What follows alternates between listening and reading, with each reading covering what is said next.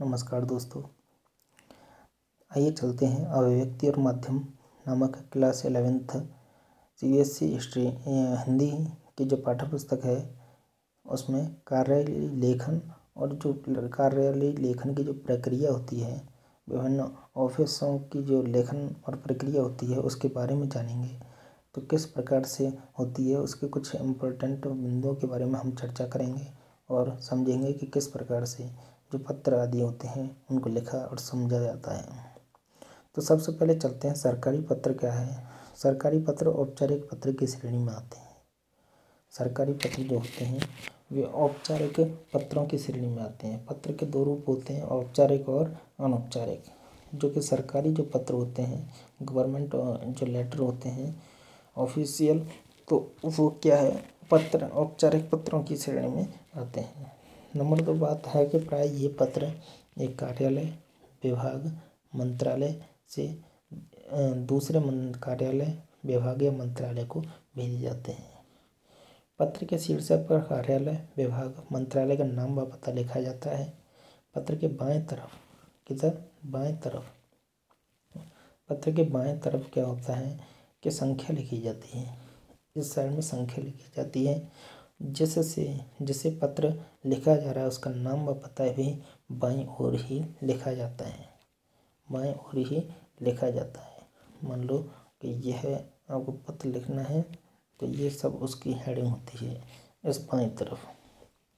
सेवा में का प्रयोग कम होता जा रहा है आजकल। और पत्र के अंत में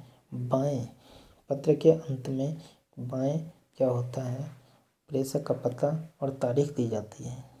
तो सबसे पहले यह हेडिंग बाएं तरफ, कार्यालय का नाम, पता और उसकी संख्या। वहीं अगर बात की जाए तो सेवा में का जो प्रयोग है वह तो कम हो ही गया है। पत्र के अंत में बाईं ओर ही क्या किया जाता है कि यहाँ आपका जो मेन टॉपिक है वह आ जाता है। और पत्र के अंत में बाएं ओर प्रेषक का पता, भेजने वाले का पता और तारीख, डेट दी जाती है। तो और भगवदीय का प्रयोग कर नीचे भेजने वाले के हस्ताक्षर भी होते हैं। तो यह सब कार्य सरकारी पत्रों में होता है। वहीं अगर तीसरा पॉइंट अगर बात करते हैं इसकी, कि सरकारी कार्यालयों की ज़रूरतों को ध्यान में रखते हुए इन पत्रों को कई श्रेणियों में बांटा जाता है।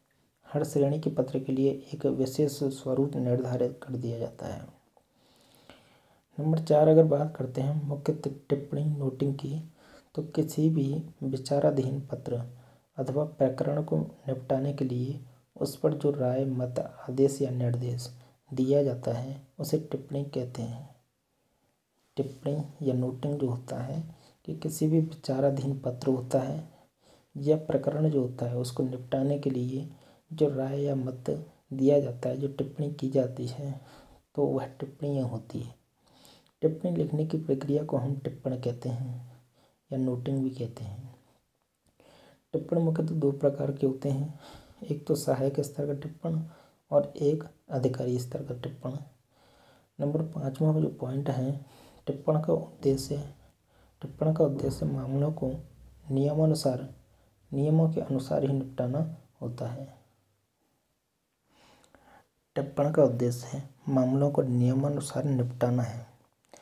टिप्पण का जो उद्देश्य होता है, जो विभिन्न मामले जो होते हैं उनका नियमानुसार निपटान करना ही टिप्पण का उद्देश्य होता है। टिप्पण जो होता है एक तो सहायक स्तर पर टिप्पण और दूसरा होता है अधिकारी स्तर पर टिप्पण। आरंभिक टिप्पण में सहायक विचाराधीन मामले का संक्षिप्त ब्यौरा देते हुए उसका विवेचन करता है। कार्यालय में टिप्पण के कार्य अधिकतर सहायक स्तर पर होता है। कार्यालय में जो टिप्पण के जो कार्य होते हैं अधिकतर सहायक स्तर पर ही होते हैं। नेक्स्ट पॉइंट है, टिप्पणी अपने आप में पूर्ण एवं स्पष्ट होनी चाहिए। टिप्पणी संक्षिप्त, विषय संगत, तर्क संगत, क्रमबद्ध होनी चाहिए। टिप्पणी सदैव अन्य पुरुष शैली में लिखी जाती है। क्वेश्चन बनता है कि टिप्पणी जो होती है कौन सी पुरुष शैली में लिखी जाती है, तो यह क्या है, अन्य पुरुष शैली में जो टिप्पणी है वो लिखी जाती है। वहीं अगर आनुषंगिक टिप्पणी की अगर बात करते हैं तो सहायक टिप्पणी को संबंधित अधिकारी को भेजा जाता है। सहायक टिप्पणी को जो संबंधित अधिकारी को भेजा जाता है, अगर संबंधित अधिकारी उस टिप्पणी से सहमत होता है तो टिप्पणी के नीचे केवल हस्ताक्षर कर देता है अथवा मैं उपयुक्त टिप्पणी से सहमत हूँ लिखता है। टिप्पणी पर संबंधित अधिकारी का मत आनुषंगिक टिप्पणी कहलाता है। अर्थात जब कोई अधिकारी उस टिप्पणी से सहमत होता है तब उसे आनुषंगिक टिप्पणी या टिप्पण कहा जाता है। यदि अधिकारी है तो वह टिप्पणी को काटने, बदलने या हटाने का कार्य नहीं करता, अपितु केवल अपनी असहमति व्यक्त करता है। आनुषंगिक टिप्पणी प्रायः संक्षिप्त होती है, लेकिन असहमति की स्थिति में टिप्पणी बड़ी भी हो सकती है। नेक्स्ट अगर बात करते हैं कि स्मरण पत्र क्या होता है। इसे अनुस्मारक या रिमाइंडर भी कहा जाता है। जब किसी पत्र, ज्ञापन इत्यादि का उत्तर समय पर प्राप्त न हो तो याद दिलाने के लिए अनुस्मारक भेजा जाता है। मान लो कोई भी लेटर एक बार भेज दिया किसी भी कार्यालय के लिए, जब दूसरी बार अगर उसको जब कोई भी लेटर या उसको वह अगर उस ऑफिस या कार्यालय की ओर से उस पहले लेटर का जवाब नहीं आता है तो उसको अनुस्मारक के रूप में दूसरा लेटर उसी को भेजा जाता है, तब उसको उस कार्य की याद दिलाई जाती है। तो इसी को कहते हैं स्मरण पत्र या अनुस्मारक। तो इसका प्रारूप तो औपचारिक पत्र की तरह होता है। इसका आकार जो होता है छोटा होता है।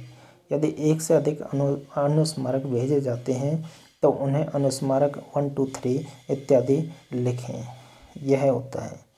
वहीं अर्ध सरकारी अगर पत्र की बात करें तो अर्ध सरकारी पत्र अनौपचारिकता का पुट होता है। इसमें मैत्री भाव होता है। इसमें तो अनौपचारिक अर्ध सरकारी जो पत्र होता है इसमें मैत्री भाव होता है। कैसा? मैत्री भाव। अनौपचारिकता का पुट होता है इसमें। यह पत्र तब लिखे जाते हैं जब लिखने वाला अधिकारी संबंधित अधिकारी को व्यक्तिगत स्तर पर जानता हो या परामर्श लेना चाहता हो। इसके लेखन के लिए लेटर पैड का प्रयोग होता है।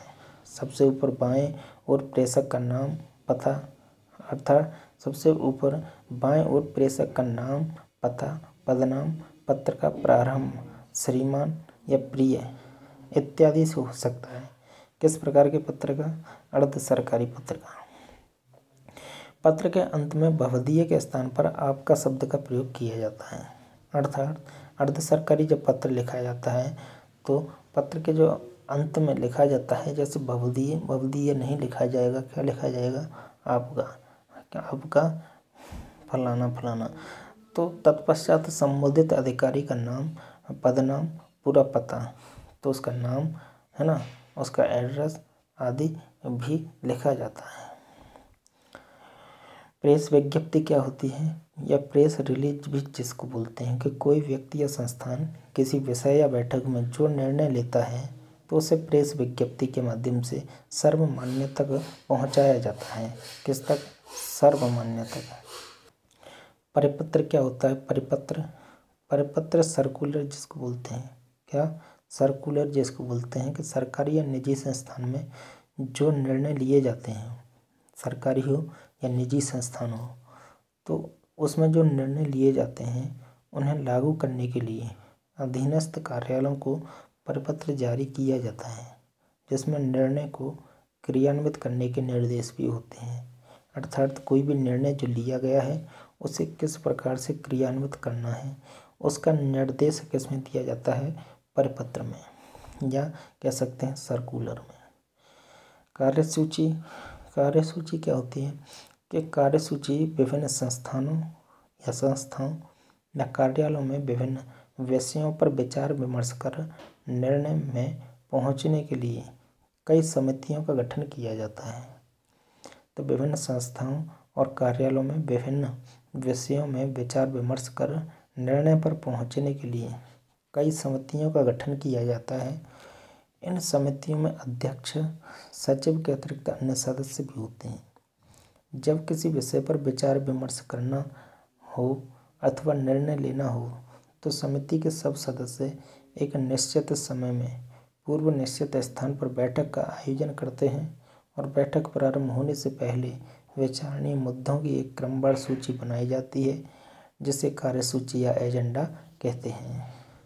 तो एक सूची बनाई जाती है बैठक की, जो कि विभिन्न मुद्दों के ऊपर होती है, उसी को क्या से कहते हैं, कार्यसूची कहते हैं। कार्यसूची का निर्माण इसलिए किया जाता है ताकि केवल उन विषयों पर चर्चा की जाए जो विचारणीय है। इसमें समय की तो बचत होती है, साथ ही विषय से भटकने की स्थिति नहीं आती है। किसमें, कार्यसूची में। अर्थात उन कार्यों की लिस्ट तैयार कर ली जाती है, जो कि कार्यसूची में दी जाती है। तो बैठक का संचालन सचिव करता है। जो बैठक होती हैं उनका जो संचालन है वह सचिव करता है। कार्यवृत्त क्या होता है कि कार्यसूची में दिए गए मुद्दों को सचिव बैठक में प्रस्तुत करता है। समिति के अध्यक्ष की उपस्थिति में सभी सदस्य विचारणीय मुद्दों पर अपने अपने विचार व्यक्त करते हैं।